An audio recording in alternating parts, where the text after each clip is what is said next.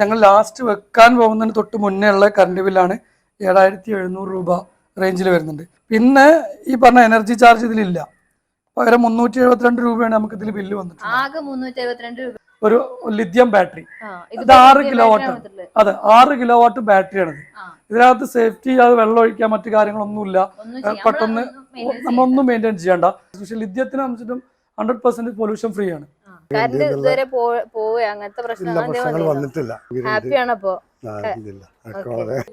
Hello, reality വണ്ണിന്റെ പുതിയൊരു വീഡിയോയിലേക്ക് എല്ലാ പ്രേക്ഷകർക്കും സ്വാഗതം. ഇന്ന് ഞങ്ങൾ എത്തിയിട്ടുള്ളത് മലപ്പുറം ജില്ലയിലെ ആനക്കയം എന്ന് പറഞ്ഞ സ്ഥലത്താണ് കേട്ടോ. ഈ ഒരു വീടിന്റെ ഹോം ടൂർ ചെയ്യാനല്ല, മറിച്ച് നമ്മുടെ പ്രേക്ഷകർ ഒരുപാട് കാലമായിട്ട് നമ്മോട് പറയുന്ന ഒരു റിക്വസ്റ്റഡ് കണ്ടന്റ് വീഡിയോ ആണ് ഇന്ന് ചെയ്യുന്നത്. സോളാർ സിസ്റ്റത്തെ കുറിച്ച്, ഈ ഒരു വീട്ടിൽ ചെയ്തിട്ട് കംപ്ലീറ്റ് സോളാർ സിസ്റ്റത്തെ കുറിച്ചാണ് ഇന്ന് നമ്മൾ ഷെയർ ചെയ്യുന്നത്. എങ്ങനെയാണ് സോളാർ സിസ്റ്റം അപ്ലൈ ചെയ്യേണ്ടത്, അത് എന്തൊക്കെ കാര്യങ്ങൾ ശ്രദ്ധിക്കണം, എവിടെ നിന്നാണ് മെറ്റീരിയൽസ് കിട്ടുക, മെറ്റീരിയൽസിന്റെ ക്വാളിറ്റി കാര്യങ്ങളൊക്കെയാണ് ഇന്ന് വീഡിയോയിലൂടെ ഷെയർ ചെയ്യുന്നത്. അതുമല്ല, ഈ ഒരു സോളാർ സിസ്റ്റം നമ്മൾ അപ്ലോഡ് ചെയ്യാൻ വർക്ക് ചെയ്യണമെന്നുണ്ടെങ്കിൽ എത്രത്തോളം അതിന്റെ കോസ്റ്റ് ആവുന്നുള്ളതും നമ്മുടെ പ്രേക്ഷകർക്ക് അറിയാൻ ഒരുപാട് താല്പര്യമുണ്ട്. അപ്പൊ അങ്ങനെയുള്ള ഒരു ടീമിന്റെ കൂടെ തന്നെയാണ് നമ്മൾ വന്നിട്ടുള്ളത്. ഈ ഒരു വീട്ടിൽ വർക്ക് കംപ്ലീറ്റ് ചെയ്തിട്ടുള്ളത് അക്കിയ സോളാർ പ്രൊജക്ട് മാനേജിംഗ് സിസ്റ്റം ആണ് ചെയ്തിട്ടുള്ളത്. സോ നമുക്ക് അവരുമായിട്ട് ഡീറ്റെയിൽ ആയിട്ട് എങ്ങനെയാണ് ഈ ഒരു വർക്ക് കാര്യങ്ങളൊക്കെ ചെയ്തിട്ടുള്ളത് നോക്കാം. അപ്പൊ നമ്മൾ ഈ വീടിന്റെ അപ്സ്റ്റെയർ ഏരിയയിലായിട്ട് വന്നിട്ടുള്ളത്. നമ്മുടെ സോളാർ കാര്യങ്ങളൊക്കെ അപ്സ്റ്റെയറിന്റെ ഭാഗത്ത് ടെറസിന്റെ മുകളിലായിട്ടാണ് സെറ്റ് ചെയ്തിട്ടുള്ളത്. ഏകദേശം ഒരു വർഷമായിട്ടുള്ള ഈ ഒരു വീട് ഹൗസ് വാമിംഗ് കാര്യങ്ങളൊക്കെ കഴിഞ്ഞിട്ടുള്ളത്. ഇത് നല്ല അടിപൊളിയായിട്ടാണ് സെറ്റ് ചെയ്തത്. അടിപൊളി വീട് തന്നെയാണിത്. അപ്പൊ നമ്മുടെ കൂടെ ഉള്ളത് അക്കിയ മാനേജിംഗ് ഡയറക്ടർ ആണ്. ഇദ്ദേഹമാണ് നമുക്ക് കാര്യങ്ങളൊക്കെ പറഞ്ഞത്. ഹായ്, നമുക്ക് ഡീറ്റെയിൽ ആയിട്ടൊന്ന് അറിയണം സോളാർ സിസ്റ്റത്തെ കുറിച്ച്. നമ്മള് പിന്നെ ഇപ്പൊ നമ്മൾ സിസ്റ്റം സെറ്റ് ചെയ്തിട്ടുള്ളത് ഇതിന്റെ പുറകുവശത്തായിട്ടാണ്. നമുക്ക് ഇവിടെ വന്നു കഴിഞ്ഞാൽ നമ്മൾ സെറ്റ് ചെയ്തിട്ടുള്ളത്. അതിലിപ്പം ഇതാണ് നമ്മുടെ ഹൈബ്രിഡ് സിസ്റ്റം. ഓക്കെ, അതെ, അത് ചോദിക്കുന്നത് സോളാർ തന്നെ 3 കാറ്റഗറി വരുന്നുണ്ട്. അതെ അതെ, അതിൽ ഇവിടെ കൊടുത്തിട്ടുള്ളത് ഹൈബ്രിഡ് ആണ്. അതിൽ നോർമലി നമുക്ക് ഓൺ ഗ്രിഡ്, ഓഫ് ഗ്രിഡ്, പിന്നെ ഹൈബ്രിഡ്, ഇങ്ങനെ 3 സെറ്റാണ് വരുന്നത്. അതിൽ ഓൺ ഗ്രിഡ് എന്ന് പറഞ്ഞത് എന്താ വെച്ചിട്ടുണ്ടെങ്കിൽ KSEB കണക്ഷനുമായിട്ട് ബന്ധപ്പെടുത്തിയിട്ട് വീട്ടിലേക്ക് സ്റ്റോറേജ് ഒന്നും ഇല്ലാണ്ട് നമ്മൾ ഒരു കുറച്ച് യൂണിറ്റ് പ്രൊഡ്യൂസ് ചെയ്യുന്നത് നേരെ അങ്ങോട്ട് എക്സ്പോർട്ട് ചെയ്യണു. അതുപോലെ തന്നെ നമുക്ക് ആവശ്യമുള്ളത് KSEB ഇങ്ങോട്ട് ഉപയോഗിക്കുന്നു. ഇത് രണ്ടും തമ്മിലുള്ള ആകെ തുക ആ ബില്ല് വരുന്ന രീതിയിലാണ് ഓൺ ഗ്രിഡ് പറയുന്നത്. പിന്നെ അതിന്റെ നേരെ വിപരീതമായിട്ടുള്ളതാണ് ഓഫ് ഗ്രിഡ്. ഓഫ് ഗ്രിഡ് എന്ന് പറഞ്ഞാൽ KSEB ഗ്രിഡുമായിട്ട് യാതൊരു കണക്ഷനും ഇല്ല. നമ്മളെ വീട്ടിൽ സ്റ്റോർ ചെയ്ത് നമ്മൾ തന്നെ ഉപയോഗിക്കുന്ന ഒരു സിസ്റ്റം. അപ്പം അതിൽ നമുക്ക് എത്രയാണോ നമുക്ക് സ്റ്റോർ ചെയ്യാൻ കപ്പാസിറ്റി അത്രയ്ക്ക് പാനൽ വെച്ചിട്ട് ചെയ്യാൻ പറ്റുള്ളൂ. കാരണം ഓവർ സ്റ്റോറേജിന്റെ ഒരു പരിമിതി ഉള്ളതിനനുസരിച്ചിട്ട്. അപ്പോൾ നമുക്ക് ഇഷ്ടമുള്ള പോലെ വീട്ടിൽ എപ്പോഴും കറണ്ട് ഉണ്ടാവും. നമുക്ക് എത്ര റിക്വയർമെന്റ് ഉണ്ടോ അത്രയും അനുസരിച്ചിട്ട് നമുക്ക് കറണ്ട് ഉപയോഗിക്കാം. പിന്നെ ഹൈബ്രിഡ് ആണ്. ഹൈബ്രിഡിൽ എങ്ങനെയാണെന്ന് വെച്ചിട്ടുണ്ടെങ്കിൽ രണ്ടും കൂടി ഹൈബ്രിഡ് ആണ്. രണ്ടും കൂടി തമ്മിലുള്ള ഫ്യൂഷൻ ആണ്. എന്ന് വെച്ചാൽ എക്സ്പോർട്ടും ചെയ്യാം, അതേ സമയത്ത് നമുക്ക് ബാറ്ററി വഴി സ്റ്റോർ ചെയ്യാം. അതെ അതെ. ഇവിടുത്തെ ഇതെങ്ങനെയാന്ന് വെച്ചിട്ടുണ്ടെങ്കിൽ ഇവിടുത്തെ കംപ്ലീറ്റ്ലി എന്ന് പറഞ്ഞാല് നമ്മുടെ പിന്നെ അനിസലി സാറ് ഓൾറെഡി വീട് വെക്കുമ്പോൾ തന്നെ അവരിപ്പോൾ ഓട്ടോമാറ്റിക് ഗേറ്റ് ആണെങ്കിലും CCTV ആണെങ്കിലും എല്ലാം അവർ ഫുള്ള് മോസ്റ്റ് മോഡേൺ ടെക്നോളജിയിലാണ് ഇവിടെ എല്ലാം ചെയ്തിട്ടുള്ളത്. അപ്പോൾ അതുപോലെ തന്നെ അവർക്ക് ഏറ്റവും നിർബന്ധമുള്ള സാധനം ഈ ഡൈയുടെ ഈ ഒരു 10 വർഷം വാറണ്ടി ഉള്ള ഒരു ലിഥിയം ബാറ്ററി. ഇത് 6 കിലോ വാട്ട്. അതെ, 6 കിലോ വാട്ട് ബാറ്ററിയാണിത്. ഇതിനകത്ത് സേഫ്റ്റി, അത് വെള്ളം ഒഴിക്കാൻ മറ്റു കാര്യങ്ങളൊന്നുമില്ല. പെട്ടെന്ന് നമ്മളൊന്നും മെയിൻറ്റെയിൻ ചെയ്യണ്ട. പിന്നെ കുട്ടികൾ തൊട്ടാൽ അങ്ങനെയുള്ള പ്രശ്നങ്ങളോ കാര്യങ്ങളോ അല്ലെങ്കിൽ പേടിക്കേണ്ട സംഭവങ്ങളൊന്നും ഇല്ല. വളരെ സിമ്പിൾ ആയിട്ടുള്ളൊരു സാധനം. ഇതിൽ നിന്ന് 6 കിലോ വാട്ട് പവർ നമുക്ക് 5 കിലോ വാട്ട് ഔട്ട്പുട്ട് നമുക്ക് അറ്റ് എ ടൈം നമുക്ക് യൂസ് ചെയ്യാൻ പറ്റും. ഈ സിസ്റ്റത്തിന് 5 കിലോ വാട്ടാണ് സിസ്റ്റം അവിടെ വെച്ചിട്ടുള്ളത്. ഇതുവഴി 5 കിലോ വാട്ട് പവർ നമുക്ക് വീട്ടിലത്തെ എന്താവശ്യങ്ങൾക്കും വേണമെങ്കിലും ഉപയോഗിക്കാം. അതെ. അപ്പോൾ ഇതിന് ശരിക്കും വരുന്നത് നമുക്ക് സോളാർ പാനൽ വന്ന് ഈ മുകളിൽ കൂടെ നോക്കിയാൽ ശ്രദ്ധിച്ച് കാണാൻ പറ്റും. പാനൽ വന്നുള്ള നേരെ പവർ വന്നിട്ടുണ്ട്. ഇതാണ് ഇതിന്റെ DB ബോക്സ്. നമ്മൾ പിന്നെ ഇത് നമ്മൾ പുറത്തുനിന്ന് ഇമ്പോർട്ട് ചെയ്ത് വരുന്ന ബോക്സ് ആണ്. അതുപോലെ തന്നെ ഇതിൽ ഉപയോഗിക്കുന്ന സ്നൈഡർ, അതുപോലെ തന്നെ മെർസൺ പോലത്തെ ബ്രാൻഡുകളുടെ MCB ഐസൊലേറ്ററുകളൊക്കെയാണ്. ഇതിൽ സർജ് പ്രൊട്ടക്ഷൻ ഡിവൈസ് ഒക്കെ ഉപയോഗിച്ചിട്ടുണ്ട്. ഇത് കഴിഞ്ഞ് നെക്സ്റ്റ് നമുക്കിവിടെ ഇതിൽ നിന്ന് വരുന്ന പവർ നമ്മൾ നേരെ ഇതിന്റെ DC സൈഡിലേക്ക് കയറും. ഇതാണ് ഇതിന്റെ DC സൈഡ്. അവിടെ നമ്മൾ ഇതിനെ കറക്റ്റായിട്ട് ഇൻഫർമേഷനും കാര്യങ്ങളൊക്കെ കൊടുത്തിട്ട് സേഫ്റ്റിയുടെ ആവശ്യത്തിന് വേണ്ടി ഇൻഫർമേഷൻ കാര്യങ്ങളൊക്കെ കൊടുത്തിട്ട് എന്ത് ചെയ്തിട്ടുണ്ട്, നമ്മൾ സെറ്റ് ചെയ്തിട്ടുണ്ട്. പിന്നെ ഇങ്ങനെയുള്ള കേബിളിന്റെ പ്രൊട്ടക്ഷൻസിന് വേണ്ടിയിട്ടുള്ള ഇതൊക്കെ യൂസ് ചെയ്തിട്ടുണ്ട്. പിന്നെ ഇത് DC നമ്മുടെ ലിഥിയം ബാറ്ററിന് പ്രൊട്ടക്ഷന് വേണ്ടിയിട്ടാണ് ഈ ഒരു MCCB കൊടുത്തിട്ടുള്ളത്. ഇതെന്ന് വെച്ചാൽ നമുക്കിപ്പം ബാറ്ററി എന്തെങ്കിലും ആവശ്യമുണ്ട് റിമൂവ് ചെയ്യണമെങ്കിലോ അല്ലെങ്കിൽ ബാറ്ററിയിൽ എന്തെങ്കിലും പ്രോബ്ലം വരികയാണെങ്കിൽ നമുക്കിത് പെട്ടെന്ന് സർക്യൂട്ട് ഓഫ് ചെയ്യാൻ വേണ്ടിയിട്ടുള്ള സ്വിച്ച് ആണ്. ഓട്ടോമാറ്റിക് ഇതാണ് പ്രസ് ചെയ്തോട് കൂടിയിട്ട് ഇവിടെ ഇത് ഓഫ് ആയി പോകും. ഇത് ജസ്റ്റ് ഇത് പ്രസ് ചെയ്താൽ ഈ ബാറ്ററി ഓഫ് ആണ് ഇപ്പം. അപ്പൊ ബാറ്ററി ഓഫ് ആയി കഴിഞ്ഞാൽ നമുക്ക് അപ്പോഴും നമ്മളെ വീട്ടിലെ കറണ്ടോ അല്ലെങ്കിൽ നമ്മുടെ ഒന്നും പ്രശ്നം വരില്ല. ഇതിന് ലോഡ് എടുക്കുന്ന സമയത്ത് മാത്രമേ ഇത് വിഷയം വരുള്ളൂ. അപ്പം അല്ലാത്ത പക്ഷം നമുക്ക് കറണ്ട് ഓട്ടോമാറ്റിക് ബൈപ്പാസ് ചെയ്യും സിസ്റ്റം. അപ്പൊ ഇനി ഇത് കഴിഞ്ഞ് നേരെ പോകുന്ന പാർട്ടാണ് ഈ ഭാഗത്തു നിന്നാണ് ശരിക്കും നമ്മളെ KSEBിലേക്ക് ഔട്ട്പുട്ട് പോണത്. അതായത് KSEBിക്ക് നമ്മൾ എക്സ്പോർട്ട് ചെയ്യുന്ന ഭാഗം. അതെ. അപ്പൊ നമ്മൾ ഇവിടെ സ്റ്റോർ ചെയ്യുന്ന ബാക്കി വരുന്ന KSEBിക്ക് പോണ സിസ്റ്റം ആണ് ഹൈബ്രിഡ് വരുന്നത്. ഇവിടെ നമ്മൾ സ്റ്റോർ ചെയ്യുന്നത് ഈ ഒരു ബാറ്ററിയിലാണ്. ഇതിൽ നിന്ന് വന്ന് നമ്മളെ സിസ്റ്റം വഴി നമ്മൾ ഡിസ്ട്രിബ്യൂട്ട് ചെയ്യാണ് ചെയ്യുന്നത്. ഡിസ്ട്രിബ്യൂട്ട് ചെയ്യുന്ന പോയിന്റ് ഒന്ന് ഇതാ ഇവിടെ കൊടുത്തിട്ടുള്ളത്. ഇതിന്നാണ് വീട്ടിലേക്ക് പോകുന്ന കറണ്ടും അതുപോലെ തന്നെ വീട്ടിൽ ഉപയോഗിക്കുന്നതൊക്കെ വെച്ചിട്ടുള്ള ചേഞ്ച് ഓവർ സിസ്റ്റം ഒക്കെ വെച്ചിട്ടുള്ളത്. ഓക്കെ.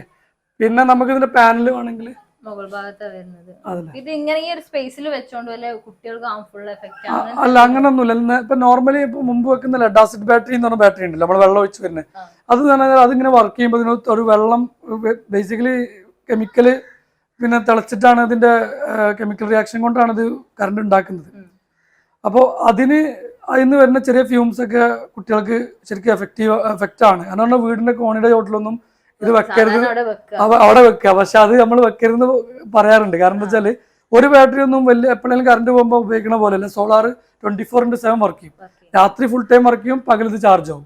അപ്പോൾ ഇത് ഫുൾ ടൈം വർക്ക് ചെയ്യുന്നതുകൊണ്ട് ഇതിന്റെ കെമിക്കൽ വരാൻ ചാൻസ്. പക്ഷേ ലിഥിയത്തിന് സംബന്ധിച്ചിട്ടും 100% പൊല്യൂഷൻ ഫ്രീ ആണ്.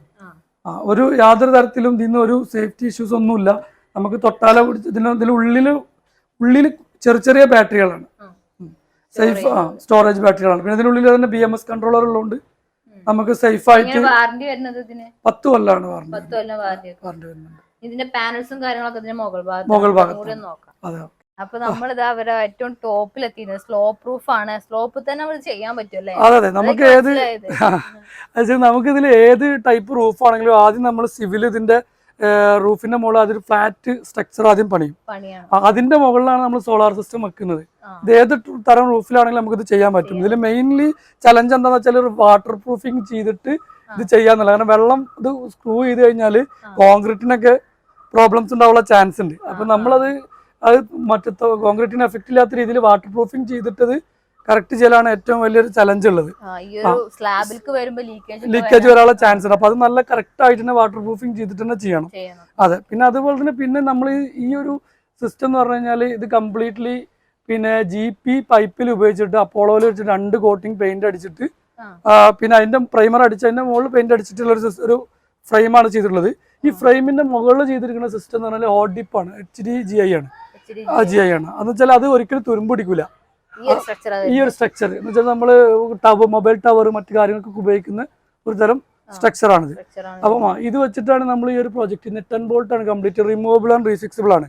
നാളെ ഈ സൈറ്റിൽ നിന്ന് വേറെ സൈറ്റിൽ കൊണ്ടുപോകണമെങ്കിൽ നമുക്ക് നെറ്റ് ആൻഡ് ബോൾട്ട് റിമൂവ് ചെയ്തിട്ട് ഈ സാധനം ഊരി കൊണ്ടുപോയിട്ട് അടുത്ത സൈറ്റിൽ കയറ്റി വെക്കാൻ. അപ്പൊ ഇങ്ങനെയാണ് ചെയ്തിട്ടുള്ളത്. ഇവിടെ നമ്മൾ ഉപയോഗിച്ചിട്ടുള്ളത് വിക്രം സോളാറിന്റെ 545ന്റെ പാനലാണ്. അത് വന്നിട്ട് ഏകദേശം 12 എണ്ണം ഇവിടെ ഉപയോഗിച്ചിട്ടുണ്ട്. അതായത് 6 കിലോവാട്ടിന്റെ അടുത്ത് പാനൽ ഇവിടെ ഉപയോഗിച്ചിട്ടുണ്ട്. അതിന് 2 റീസൺസ് ഉണ്ട്. ഒന്നെന്ന് വെച്ചാൽ 5 കിലോവാട്ട് ഇൻവേർട്ടറിൽ 20% ഓവർലോഡ് ചെയ്യാൻ പറ്റും. അത് ഒരുവിധം എല്ലാ കമ്പനികളുടെ ഇൻവേർട്ടറിലും ഓവർലോഡ് ചെയ്യാൻ പറ്റും. അതൊരു കാര്യമാണ്. പിന്നെ മാത്രമല്ല ഇത് 4 പേരും ഫുള്ള് ഷെയ്ഡുള്ള ഏരിയയാണ്. അതായത് മരങ്ങളാൽ നിറഞ്ഞുകൊണ്ട് നയലുകൾ അടിക്കുന്നതുകൊണ്ട് പ്രൊഡക്ഷന്റെ കുറവ് മറ്റുള്ള സ്ട്രൈറ്റ് നയലില്ലാത്ത വീടുകളെ അപേക്ഷിച്ച് കുറച്ച് പ്രൊഡക്ഷൻ കുറഞ്ഞു വരും. അപ്പൊ നമ്മൾ കുറച്ചും കൂടി 2 പാനൽ അഡീഷണൽ ഇട്ടിട്ട് നമ്മൾ എന്ത് ചെയ്താൽ കുറച്ചും കൂടി അതിനെ കോമ്പൻസേറ്റ് ചെയ്യാൻ വേണ്ടിയിട്ട് ഇട്ടതാണ് അവിടെ 2 പാനൽ അഡീഷണൽ. മൊത്തം 12 പാനലുണ്ട്. ക്ലീനിങ്ങും കാര്യങ്ങളൊക്കെ ഇത് ആക്ച്വലി എന്ന് വെച്ചാൽ നമ്മളൊരു റൊട്ടീൻ ഒരു 3-4 മാസം കൂടുമ്പോൾ ഒന്ന് റൂഫ് ടോപ്പിൽ കയറി വെള്ളം കാര്യങ്ങളൊക്കെ ഒഴിച്ചിട്ടൊന്ന് ജസ്റ്റ് വെള്ളം വെച്ച് ക്ലീൻ ചെയ്താൽ മതി. അതെ. അതല്ലെങ്കിൽ ലിക്വിഡ് മേടിക്കാൻ കിട്ടും. അത് വെച്ചിട്ടും എന്ത് ചെയ്യാം, നമുക്ക് പിന്നെ ക്ലീൻ ചെയ്യാം. അത് നമ്മളെ സോപ്പ് ലിക്വിഡ് പോലെ തന്നെ ഐസോപ്രൊഫൈൽ ആൽക്കഹോൾ എന്ന് പറഞ്ഞിട്ടുള്ള ഒരു കെമിക്കൽ ഉണ്ട്. അതായത് അല്ലാത്ത സാധനങ്ങൾ ഇതിൽ ഉപയോഗിച്ച് കഴിഞ്ഞാൽ അതിന്റെ ഗ്ലാസിന് അതിന്റെ ഡിപ്രിസിയേഷൻ കുറച്ചും കൂടി എളുപ്പമായിരിക്കും. അതുകൊണ്ട് ചാൻസ് ഉണ്ട്. പിന്നെ അത് ആ ഒരു 3-4 മാസം കൂടുമ്പോൾ ഒരു ക്ലീനിങ് മാത്രമേ ഉള്ളൂ. പിന്നെ വല്ലപ്പോഴും കയറി നോക്കുമ്പോൾ ഇപ്പം പക്ഷി കാഷ്ടങ്ങൾ അങ്ങനെയുള്ള സംഭവങ്ങൾ മറക്കുന്നുണ്ടെങ്കിലും ഇലകൾ വീണ് കിടക്കുക അങ്ങനത്തെ ഒക്കെ ഉണ്ടെങ്കിൽ അത് നമ്മൾ റിമൂവ് ചെയ്ത് കളയണം. അല്ലെങ്കിൽ എന്താ വെച്ചിട്ടുണ്ടെങ്കിൽ സിമ്പിൾ ആയിട്ട് നമുക്ക് ഇതിന്റെ മുകളിൽ കയറിയിട്ട് ചെയ്യാവുന്ന കാര്യങ്ങളേ ഉള്ളൂ. അതെ. ഇങ്ങനൊക്കെ ഒരു സ്ട്രക്ചർ കംപ്ലീറ്റ് വരുമ്പോ എങ്ങനെ നമ്മള് കോസ്റ്റ് വരുന്നത്? ഏകദേശം സൈറ്റിന് ഡിഫറൻസ് ഉണ്ടാവോ? അതെ അതെ അതെ, സൈറ്റിനനുസരിച്ചിട്ട് മാറ്റങ്ങൾ ഉണ്ടാവും. പിന്നെ ഇതിനകത്ത് ഇതിന്റെ സ്ട്രക്ചറിന്റെ മാറ്റങ്ങൾ വന്നു. അപ്പം അതിനനുസരിച്ചുള്ള ചെറിയ ചെറിയ മാറ്റങ്ങൾ നമ്മൾ ഓരോ സൈറ്റുകളിലും വരും. പിന്നെ ഈ അന്നത്തെ പാനലിന്റെ പ്രൈസിങ്ങിൽ നിന്ന് പാനൽ കുറച്ച് പ്രൈസ് കുറഞ്ഞിട്ടുണ്ട്. അപ്പൊ അതിൻ്റെതായ പ്രൈസ് കുറവ് ചിലപ്പം പ്രൊജക്റ്റിൽ വരും. അതെ, ഇതന്ന് ക്ലോസ് ചെയ്തിങ്ങനെ 6,30,000 ഈ ഒരു പ്രൊജക്ട് ക്ലോസ് ചെയ്തത്. ഇപ്പോഴത്തെ പ്രൈസിങ് ഇപ്പോൾ 5 ലക്ഷം രൂപ റേഞ്ചിലേക്ക് നമുക്കത് ചെയ്യാൻ പറ്റും. അപ്പൊ ഷാഫിക്കിന്റെ ഒരു ഡൗട്ടാണ്, നമ്മളിപ്പോ സ്ട്രക്ചർ അവിടെ കണ്ടല്ലോ, നമുക്കൊരു വീട്ടിലത്തെ ഒരാൾക്ക് തന്നെ ക്ലീൻ ചെയ്യാൻ ഇൻ കേസ് എന്തെങ്കിലും ഷോർട്ട് ബ്രേക്കോ അങ്ങനെ കാര്യങ്ങളൊക്കെ വന്ന ഒരു കറണ്ട് പിടിക്കാനുള്ള ചാൻസ് അവിടെ കാണുന്നുണ്ടോന്നുള്ളതാണ്. ഓക്കെ, ബേസിക്കലി എന്ന് വെച്ചിട്ടുണ്ടെങ്കിൽ ഇതില് ഫുള്ളി നമ്മള് പൈപ്പില് എല്ലാം പ്രോപ്പറായിട്ട് പിന്നെ എവിടെയും ടച്ചിങ് ഇല്ലാത്ത രീതിയിലാണ് വയറിങ്ങും കാര്യങ്ങളും എല്ലാം ചെയ്തിട്ടുള്ളത്. അതുകൊണ്ട് അതിനുള്ള ചാൻസ് വളരെ കുറവാണ്. എന്നിരുന്നാലും നമ്മൾ റെക്കമെൻഡ് ചെയ്യുന്നത്, നമ്മളെപ്പോൾ മെയിൻ്റനൻസിന് മുകളിലേക്ക് കയറുകയാണെങ്കിലും ഇവിടെ നമ്മൾ DC സൈഡിൽ ഇവിടെ ഐസൊലേറ്റ് ചെയ്യാനുള്ള ഓപ്ഷൻ ഉണ്ട്. ഇവിടെ നമ്മൾ ഐസൊലേറ്റ് ചെയ്തിട്ട് ഇപ്പൊ ഈ 2 ബ്രേക്കർ താഴ്ത്തിയിട്ട് കഴിഞ്ഞാൽ ഇവിടെ പാനലിൽ നിന്നുള്ള പവർ ഇവിടെ ക്ലോസ് ആവും. അതിനർത്ഥം ഇതിലേക്ക് കറണ്ട് വരുന്നില്ല എന്നുള്ളതാണ്. ഇത് ഉറപ്പ് വരുത്തിയിട്ട് എന്ത് ചെയ്യാം, നമുക്ക് നേരെ മുകളിൽ പോയിട്ട് ഇത് ക്ലീൻ ചെയ്യാം. ഇനി ഇതിലേക്ക് എത്തുന്നില്ലെങ്കിൽ നമുക്ക് DC സ്വിച്ച് ഉണ്ട്, ഈ PV സ്വിച്ച് എന്ന് പറയും. ഇത് ഓഫ് ചെയ്താലും മതി. ഇത് ഓഫ് ചെയ്താലും നമുക്ക് എന്ത് ചെയ്യാൻ പറ്റും, ആ സംഭവം ചെയ്യാൻ പറ്റും. ഓക്കെ, കയറിയാൽ മതി. എന്ന് വെച്ചാൽ അതൊരു എക്സ്ട്രാ സേഫ്റ്റി എന്നുള്ള രീതിയിൽ നമ്മൾ പറയണതാണ്, റെക്കമെൻഡ് ചെയ്യുന്നതാണ്. പക്ഷെ ഒരിക്കലും അങ്ങനെ കംപ്ലൈന്റുകൾ വന്നിട്ട് ഷോക്ക് അടിക്കാനുള്ള ചാൻസ് വളരെ വിരളാണ്. കാരണം അവിടെ ഒരു എക്സ്ട്രാ ലീക്കേജ് വന്നാൽ ഇവിടെ സിസ്റ്റം അലാം ചെയ്യും, പാനൽ അവിടെ ലീക്കേജ് ഉണ്ട് എന്നുള്ളത്. അപ്പൊ അത് കണ്ടാൽ തന്നെ ആൾക്കാർക്ക് നമുക്ക് ഇവിടെ റെഡ് കത്തുമ്പോൾ തന്നെ അറിയാം, ഇവിടെ തന്നെ കാണിക്കും ലീക്കേജ് ഉണ്ട് എന്ന് പറഞ്ഞിട്ട് എറർ കോഡ് കാണിക്കും. പിന്നെ നമ്മൾ ആരെങ്കിലും മെയിൻറ്റെയിൻ ചെയ്തിട്ട് ശരിയാക്കിയാൽ മാത്രമേ ഇവർക്ക് ഇത് പ്രൊഡക്ഷൻ തന്നെ കിട്ടുള്ളൂ. അപ്പൊ അങ്ങനെ സേഫ്റ്റി ഫീച്ചർ അതിലുണ്ട്.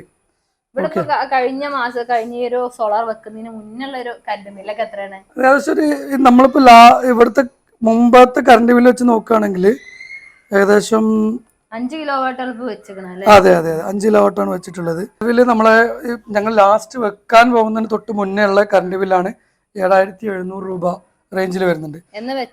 ഇത് വെച്ചിട്ട് ഇപ്പൊ ഏകദേശം 5-ാം മാസം 2023 കറണ്ട് ബില്ലാണിത്. ഓക്കെ, ഇതിപ്പം ഏകദേശം 1 വർഷത്തിന്റെ അടുത്താവാറായി. 1 വർഷം കഴിഞ്ഞു അല്ലേ? 2023 വെച്ചാണ്, 1 വർഷം കഴിഞ്ഞു. ഓക്കെ, ഇതിപ്പോ ഏകദേശം വെച്ചിട്ട് ഒരു വർഷം 2 മാസം കഴിഞ്ഞു. കാരണം അതിപ്പോ 8-ാം മാസം അല്ലേ, 1 വർഷം 3 മാസം കഴിഞ്ഞു. ഓക്കെ, ഇതില് നമുക്ക് കിട്ടി 866 യൂണിറ്റ്. ഇതിൽ ഫിക്സ്ഡ് ചാർജ് ഉണ്ടോ 400 രൂപ ഉണ്ട്. എനർജി ചാർജ് 6,581 രൂപ കറണ്ട് ബില്ല് വന്നിട്ടുണ്ട്. ഇതേ സമയത്ത് നമ്മൾക്ക് ഇപ്പൊ ലാസ്റ്റ് വന്ന കഴിഞ്ഞ മാസത്തെ ബില്ല് നോക്കുകയാണെങ്കിൽ ഫിക്സ്ഡ് ചാർജ് 400 രൂപ ഉള്ളത് 2,260 രൂപ ആയിട്ട് ചുരുങ്ങിയിട്ടുണ്ട്. ഓക്കെ, പിന്നെ ഈ പറഞ്ഞ എനർജി ചാർജ് ഇതിലില്ല. പകരം 372 രൂപയാണ് നമുക്ക് ഇതിൽ ബില്ല് വന്നിട്ടുള്ളത്.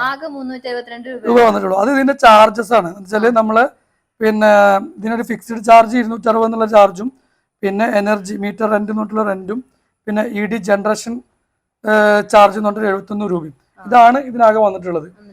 ഇത് ഫിക്സ്ഡ് ചാർജ് ഒക്കെ നമ്മൾ ഉപയോഗിച്ചാലും ഇല്ലെങ്കിലും നമ്മൾ KSEBക്ക് കൊടുക്കൽ നിർബന്ധമുള്ള കാര്യമാണ്. ഓക്കെ,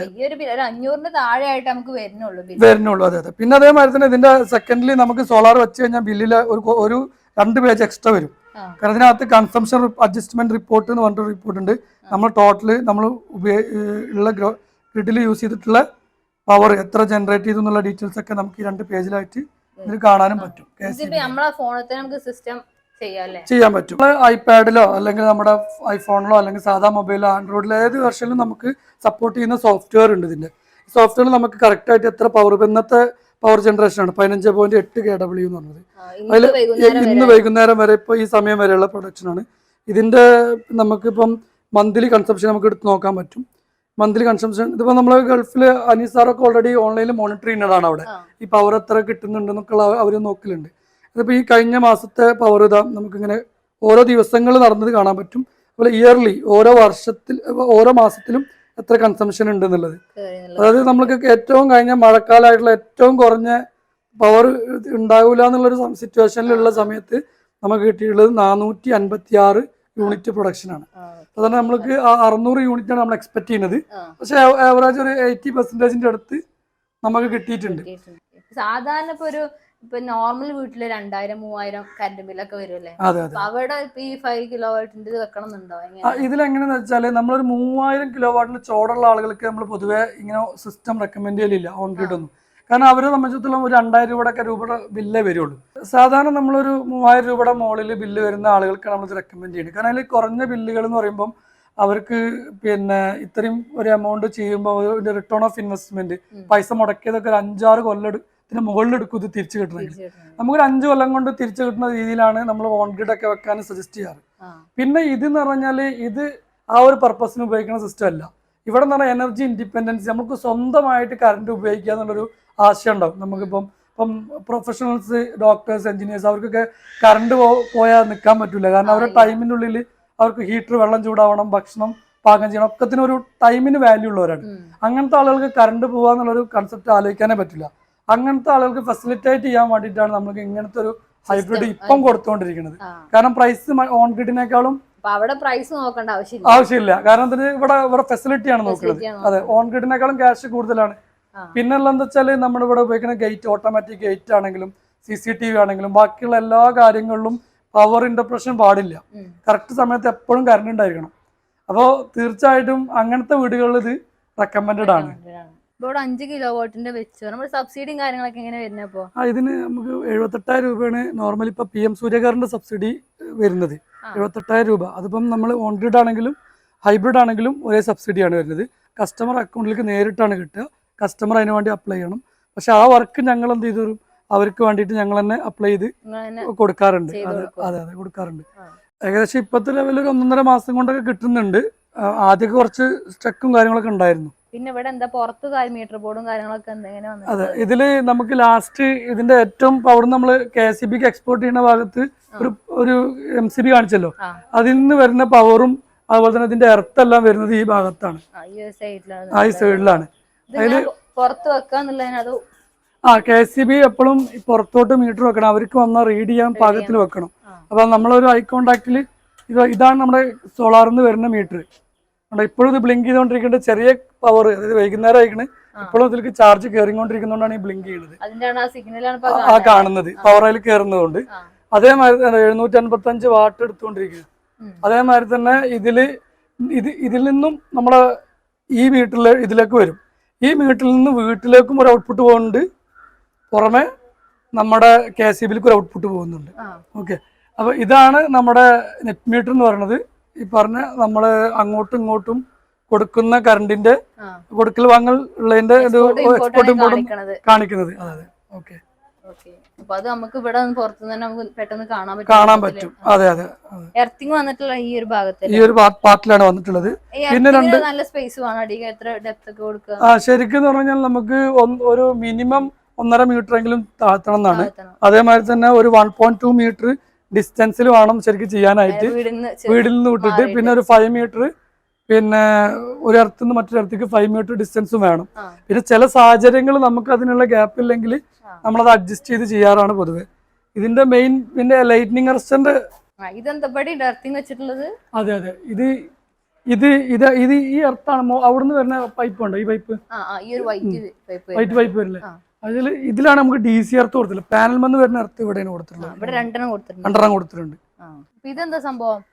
ഇത് നമ്മൾ നേരത്തെ നമ്മൾ മുകളിൽ നിന്ന് കണ്ടല്ലോ, ലൈറ്റ്നിങ് അറസ്റ്റർ, ഇടിമിന്നൽ നമ്മൾ വീടിനാണെങ്കിലും അല്ലെങ്കിൽ പാനലിലാണെങ്കിലും ഒരു പ്രൊട്ടക്ഷന് വേണ്ടിയിട്ട് നമ്മൾ വെക്കുന്ന ഒരു ലൈറ്റ്നിങ് അറസ്റ്റർ ഉണ്ട്. അതിന്റെ കേബിൾ വന്നിട്ട് മുകളിൽ നിന്നും ചുമരിലൊന്നും തട്ടാതെ സ്പേസ് ഇട്ടിട്ട് കറക്റ്റ് ആയിട്ട് ഇവിടെ വന്നിട്ട് നമ്മൾ ഒരു ബെഞ്ചിൽ വന്നിട്ട് സ്റ്റോപ്പ് ചെയ്തിട്ടുണ്ട്. Earth bench. അതെ, ഇതിൽ നിന്ന് 2 എർത്ത്, ഡബിൾ കോപ്പർ എർത്ത് എടുത്തിട്ട് നമ്മൾ എന്ത് ചെയ്തിട്ടുണ്ട്, ഗ്രൗണ്ട് ചെയ്തിട്ടുണ്ട്. ഇങ്ങനെ വന്നിട്ട് ഇവിടെ ഗ്രൗണ്ട് ചെയ്തിട്ടുണ്ട്. എർത്തിന്റെ സിസ്റ്റം വന്നിട്ടുണ്ട്. എന്റെ കൂടെ ഉള്ള അവിടെ അനീസലിക്കാന്റെ ഉപ്പാണ് കേട്ടോ. ഉപ്പാണ് നമുക്ക് ചോദിച്ചു നോക്കാം എന്താണ് നിങ്ങളുടെ ഫീഡ്ബാക്ക് എന്നുള്ളത്. ഇപ്പൊ 1 വർഷം കഴിഞ്ഞല്ലേ ഇപ്പൊ സോളാർ വെച്ചിട്ട്? ഏകദേശം 1 വർഷമായി. എങ്ങനെയാണ് കറണ്ട് ബില്ലിന്റെ ഒരു അവസ്ഥ എന്താ? ഇത് കറണ്ട് ബില്ല് നമുക്ക് ഇത് വെക്കുന്നതിന് മുമ്പ് 2 മാസത്തില് 12,000, 10,000, 8,000 ഇങ്ങനെ 20 വന്നിരുന്നത്. അപ്പോൾ വെച്ചതിന് ശേഷം ഒരു ഫിക്സഡ് ആയിട്ട് മന്ത്ലി 326 രൂപ ഓരോ മാസം ഇപ്പോൾ ഫിക്സഡ് ആയിട്ടാണ് വരുന്നത് കണ്ടത് ബില്ല്.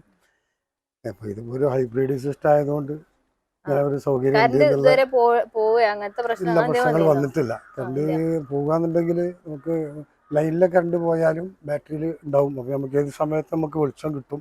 ആ അങ്ങനെ ഒരു സൗകര്യം ഉണ്ട്. ഹാപ്പിയാണ് അപ്പോ. ഇല്ല ഓക്കേ. വളരെ എന്താ വേറെ happy സർവീസിനെ തന്നെയാണ്. കുറിച്ച് എന്താ അവസ്ഥ? അവര് വന്ന് സർവീസ് നോക്കുന്നുണ്ടോ? അവര് വിവരങ്ങളൊക്കെ അറിയിക്കലുണ്ട്. ചിലപ്പോഴൊക്കെ വന്ന് നോക്കാറുണ്ട്. ആ. ഒക്കെ എന്തേലും സാറ്റിസ്ഫാക്ഷൻ ആണ്. കേടുപാടൊക്കെ ഉണ്ടെങ്കിൽ വരൂലേ? അതൊക്കെ പറഞ്ഞാല് വിവരം നമ്മൾ അറിയിക്കുകയാണെങ്കിൽ അവര് അത് വരും വരും, ചെയ്യും. ആ ഓക്കെ. ക്ലിയർ ആക്കി തരാറുണ്ട്. അപ്പൊ അതാ നല്ല താങ്ക്സ്. ഞങ്ങൾക്ക് വേണ്ടി 2 വാക്ക് സംസാരിച്ചതിന്.